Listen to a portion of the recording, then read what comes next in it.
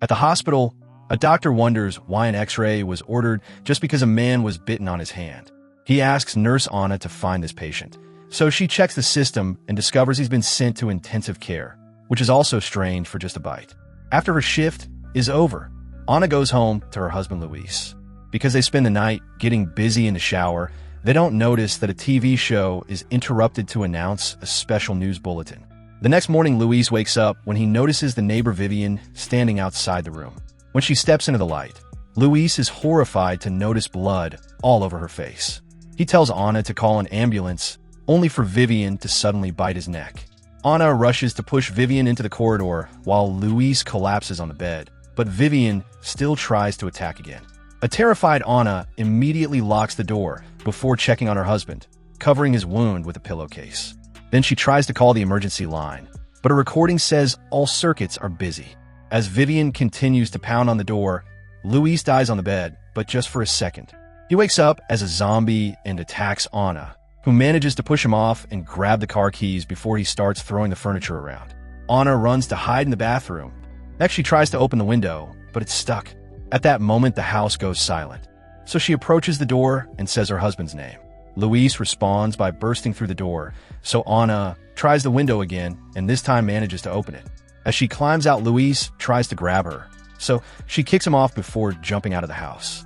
On the streets, people are running and panicking. Many houses are on fire, and explosions can be seen in the distance. Anna tries asking a neighbor for information, but the man tells her to stay away while threatening her with a gun. Suddenly, an ambulance runs over him and leaves without checking on him. When Luis comes out of the house too, Anna quickly gets in the car. Thankfully, he falls off when Anna begins driving away. It's difficult to drive through town because other drivers are acting crazy and people sometimes throw themselves at the cars asking for help. The radio host tells people to stay inside and lock all doors and windows. He also announces that not even military bases are safe. Eventually, Anna reaches the hallway, where more crashes and explosions are happening. Anna screams when someone suddenly opens the door to grab her, pushing the guy off as she tries driving away again. In the struggle, the car goes off the road and crashes against a tree. As the zombie apocalypse takes over the world, authorities try to talk to the press, but they have no idea how it happened or how to cure it. Soon people are rioting on the streets, asking for the government to do something, only for the military to take over cities to try to control both humans and zombies. Hospitals are at full capacity and buildings are blowing up every day. When Anna wakes up, she's found by police officer Kenneth, who makes her say something to confirm she's human. They leave together and come across 3 other survivors, who open fire until they realize they aren't zombies. The trio has tried multiple roads, and they're all taken by zombies, so everyone agrees to go to the mall instead. While they're trying to break the door, a bunch of zombies come closer, so Kenneth shoots the lock and they can get inside. Before they can close the door, a zombie manages to grab it, but Kenneth quickly kicks him back and the door is finally shut. Afterward, they turn on the lights, but the phone isn't working. They find themselves in a store with locked doors, so they throw a toilet at the window to go into the mall itself. While Anna washes all the blood off in a fountain, they check the front doors and confirm these are closed as well. Andre and Michael volunteer to check the other entrances while the rest of the group keeps an eye on the front. At the back exit, Andre is startled by a zombie pressed against the glass, but thankfully it's shatterproof. At the arcade, Michael grabs a big hammer from a game before following some noises behind a door. A zombie jumps out and tackles him to the ground, so the hammer falls and breaks. Michael manages to keep the zombie's mouth away from him and grabs the broken hammer handle to stab the creature through his head. Back at the main entrance, a zombie appears and grabs Andre's pregnant wife Luda. Kenneth hits the creature with his gun, so the zombie attacks him instead. As they fight in the water, Anna picks up Kenneth's fallen gun and shoots the zombie. It only hits his shoulder, but it's enough to create an opening. The trio begins running and reunites with the guys to get in the elevator. When they reach the upper floor, they're blocked by 3 armed guards who want them to leave. After a short argument, Anna convinces them to let them stay, but the guards take their weapons. On the TV, they watch the chaos, death, and destruction that has taken over the world. They also learn that the only way to kill zombies is to attack their brains. An officer mentions Fort Pastor is safe, and Kenneth recognizes it as the place where his brother works. Andre takes Luda to the bathroom and discovers she has a cut on her arm, but since it's small, he thinks it's nothing. Anna searches for a first aid kit and ends up having a breakdown. but she puts herself together to take care of Kenneth's wound. Michael points out they should board up any weak spot in the mall and paint a sign on the roof in case rescue helicopters fly by. The guards go downstairs and find a twitching zombie in the fountain. He used to be a guard too, but now his friends have no choice but to shoot him in the head. Then they go around the other stores and shoot every zombie they find. Moments later, the guards throw the zombie bodies off the roof while the others finish their SOS signs. At this height, they have a good view of the whole town and notice zombies everywhere. When they hear some shots, they use binoculars to discover Andy on the roof of his gun store. He's holding a sign that says he's alone, but he puts it down to point at something in the sky. There's a helicopter passing by, and the group starts waving their arms. Yet the chopper ignores them and flies away. That night, the guards lock the group up in a store so they won't steal any supplies. Michael thinks they should do something because help won't be coming, but Andre thinks the helicopter will come back. Kenneth doesn't care about their argument because his only goal is to reach Fort Pastor to find his brother. Meanwhile, the guards watch TV and hear a pastor say the zombies are a punishment sent by God for humanity's sins. The next morning, everyone is woken up by the mall's automatic timers that the TVs only show static, which means the signal has gone down. Guard Terry goes looking for the control unit and is seen by Anna, who convinces him to open the store so her group can go to the bathroom. Terry makes it to the control unit and turns off the music before checking the security cameras, only to discover there's a truck coming to the mall. When Terry tells the others, everyone rushes to the roof and they discuss what to do. Anna says they should welcome all survivors, but CJ and Bart don't want to trust strangers. Terry disagrees with his friends, so Michael and Kenneth take the opening to punch the other two guards and disarm them. While Terry leads the guys to the mall cell, Anna and Luda make a sign to guide the truck to the back entrance. However, the vehicle starts going in reverse and crashes against the building, so Andre and Michael have to go out to fight the zombies to help.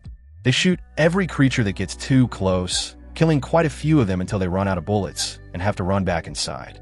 They push the vehicle against the mall on purpose so they could climb on it and go inside without being exposed.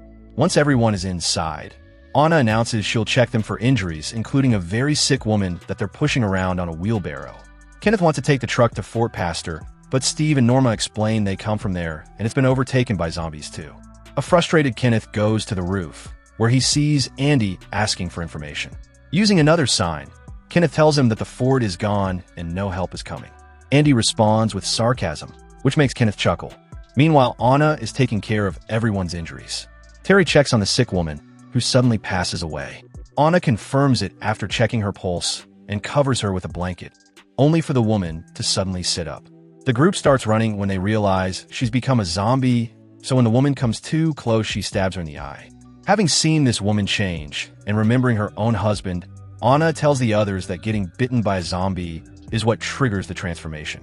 Frank has been bitten and Anna wants to quarantine him, but Michael thinks they should kill him before he transforms and Kenneth agrees. Anna runs ahead to warn Frank and his daughter Nicole asks for mercy, but her pleas are ignored. She's given a moment to say goodbye. Then Frank is taken to a closed room where Kenneth waits for him to turn to confirm their theory before shooting him in the head. Kenneth plays chess with Andy by writing their moves on the signs. Bart and CJ play cards in the cell. Anna likes watching movies with Michael. Nicole and Terry bond while looking at the stars, and Steve gets dirty with Monica. The group often writes requests on the signs, and Andy shoots the zombies they asked for, showing excellent aim. One night, the survivors are having dinner and sharing stories about the people they lost when the power goes out. Andre rushes to check on Luda, who has been very sick, so he's tied her to the bed. Four men go looking for the generator and notice blood on the walls. There's something moving in the darkness, so the group gets ready to shoot until they discover it's just a dog. Michael calls him over, and the animal appears to be good, but then he starts barking. Suddenly, a zombie appears on the ceiling and jumps on Bart to bite his neck. All the noise gets the attention of more zombies. The group immediately begins running, but it's too late for Bart, who is left behind as zombie food. They put a padlock on the door for extra security before they open fire to kill the zombies trying to climb over the gate. Michael finds a fuel pump, so he pours gas all over the zombies, and CJ throws a lighter, causing a big explosion that burns all the creatures to death. Back to Andre. He watches Luda take her last breath and kisses her goodbye. When he checks the pregnant belly, he's shocked to see the baby still moving. However, he has to step back when Luda wakes up as a zombie. Moving carefully, Andre grabs a belt and puts it around Luda's mouth to keep her from biting while she's giving birth. At the same time, Norma realizes she hasn't seen Luda in a while and comes to check on her, only to find Andre with a baby in his arms and Luda growling in the bed. Norma immediately opens fire to kill Luda, and a furious Andre shoots back. Since Norma keeps on firing, they end up killing each other. The rest of the group hears the gunshots and runs into the room to hear Norma's last words. Terry wants to shoot her, but Anna assures him she died of the gunshot and won't transform. Then they check on the baby and discover she's a tiny zombie, so they have no choice but to kill her. After moving the bodies and fixing the generator, Kenneth tells the group that waiting to die is actually worse than death itself, and Anna says she doesn't want to die there. Michael mentions he saw 2 buses in the garage, so they could try reinforcing them to escape. Steve makes a joke about sailing on his boat, but the group realizes that leaving for the nearest island is a good idea. Soon everyone is using all the tools they can find around the mall to reinforce the buses, spending most of their time working hard. When they catch a break, Anna and Michael have their first time together. There isn't much ammo left, but they plan to pick up Andy, so he should have extra guns. Kenneth tells him about the plan using signs, and Andy responds with hungry. The group still needs time to finish the buses, so they must find a way to send Andy food, or he won't make it to escape day. Remembering that the dog had been fined during the attack, they decide to send him out with some supplies and a radio. Their theory is confirmed when the dog runs among the zombies without getting attacked. However, when Andy opens the dog door, the zombies try reaching inside. Andy immediately shoots them off and closes the door again. But when he grabs the radio, he tells the group that he's been bitten. Nicole freaks out and gets on the truck to drive to the gun shop to rescue the dog. She parks it right in front of the door and goes inside the building while the zombies climb on the vehicle. The group hears Nicole rescuing the dog on the radio while Kenneth checks the store roof, only to discover Andy is already a zombie. When Andy goes back inside, Nicole has to hide to avoid him. A few men decide to rescue Nicole since it's their only chance to get more guns too. They enter the sewers after leaving Steve at the door as a guard. After a long walk, they come out in the middle of the street, where they immediately have to open fire to keep the zombies at bay. Kenneth manages to kill several enemies, but a zombie pulls the gun from his hands in the process. The guys climb into the truck to make it to the other side. Afterward, they grab as many guns as they can carry and follow a blood trail on the floor until they find Andy pounding on a door. Kenneth apologizes to his friend before shooting him in the head. They need a good plan to be able to go back. So CJ goes to the roof and throws a fuel tank which he shoots to make it explode. While the zombies catch on fire, the group uses the distraction to run through the street until they make it back to the sewers. A few zombies push Tucker and cause him fall into the hole, so he ends up breaking a leg. CJ tells the others to keep moving while he stays to help Tucker. Soon the zombies are jumping into the sewers too, so CJ shoots a few of them before giving Tucker the guns. That way CJ can drag him through the ground while Tucker shoots at the incoming attackers. Unfortunately, there are too many of them, and they reach Tucker anyway to start eating him. So CJ shoots him in the head before running to join the others. Eventually the group makes it to the mall door, but Steve isn't there to open the door. The zombies are starting to climb the stairs, and the men open fire until Anna shows up to let them in.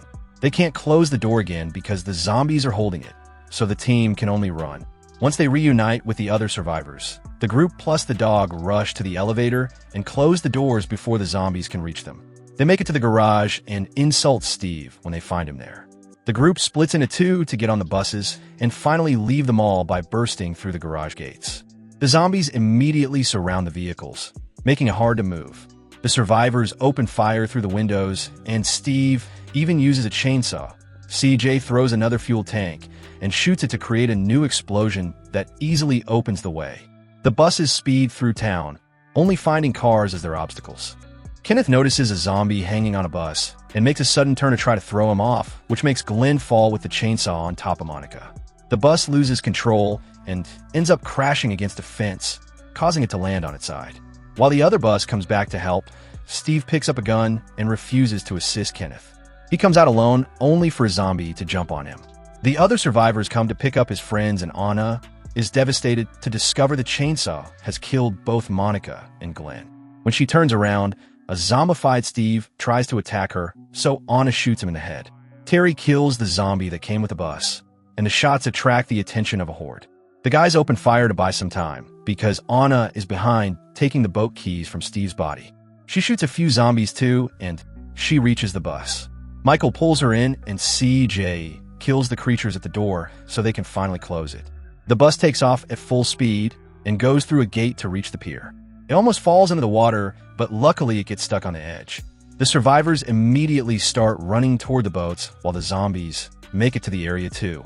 Unfortunately, CJ is soon surrounded, so he shoots his last fuel tank to bring down all the enemies, dying in the process. The rest of the group gets ready to go, but Michael announces he can't join them because he's been bitten. He says goodbye to Anna and pushes the boat, so once his friends are a safe distance, he self-deletes with a shot. In the end, Anna, Kenneth, Nicole, Terry, and the dog survive. While sailing, they find a boat with a zombie inside and quickly kill it. Many days later, when their boat runs out of fuel and the food is rotting, they finally make it to an island only to discover it's full of zombies too.